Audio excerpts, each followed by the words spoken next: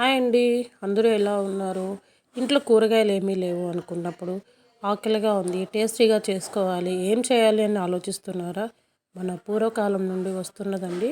అదే పచ్చి పులుసు, శనగ్గింజల పులుసు అని కూడా అంటారు. ఇప్పుడు దీనికి చేసుకోవడానికి కావాల్సిన పదార్థాలు ఏంటో చెప్తాను, ఒకసారి చూసేయండి.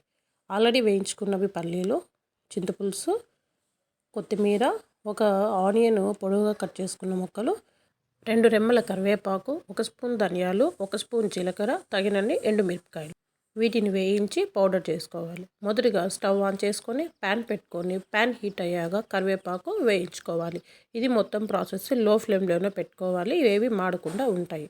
కరివేపాకు వేగాక ఇందులోకి ధనియాలు, ఎండుమిర్చి వేసుకొని కలుపుతూ లో ఫ్లేమ్లోనే వేయించుకోవాలి, లేదంటే ఇవి మాడిపోతాయి. ఇవి వేగాక ఇందులోకి జీలకర్ర కూడా వేసుకొని వేయించుకొని పక్కన పెట్టి చల్లార్చుకోవాలి.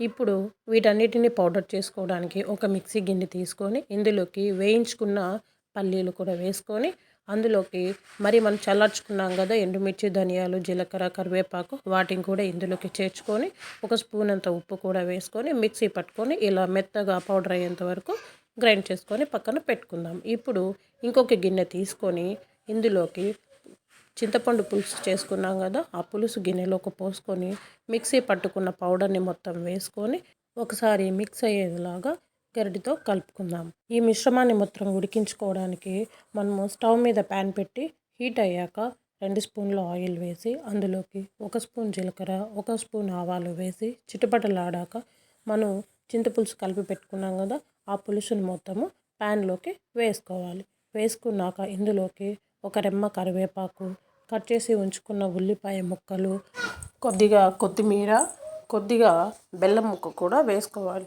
బెల్లము వేయడం వల్ల దీంట్లో ఉన్న అన్ని ఫ్లేవర్స్ని బ్యాలెన్స్ చేస్తుంది. ఇప్పుడు మొత్తం కలిసేలాగా ఒకసారి గరిటెతో కలుపుకొని హై ఫ్లేమ్ మీద కొద్దిసేపు ఒక 5 మినిట్స్ ఉడికించుకోవాలి. ఇది ఆనియన్ కొద్దిగా ట్రాన్స్పరెంట్ అయ్యేంత వరకు ఉడికించుకుంటే చాలు, ఎక్కువసేపు ఉడికించుకోవాల్సిన అవసరం లేదు. ఈ పులుసుని మన పెద్దవాళ్ళు కూడా ఎప్పటి నుంచో చేస్తున్నదండి. చాలా టేస్టీగా, స్పైసీగా, అక్కడక్కడ స్వీట్గా చాలా బాగుంటుంది. ఒకసారి చేసుకోండి. ఈ పులుసు మనము చల్లని అన్నంలో తింటేనే బాగుంటుంది. వేడి అన్నం కంటే చల్ల అన్నమే బాగుంటుంది. ఒకసారి మీరు కూడా ట్రై చేయండి.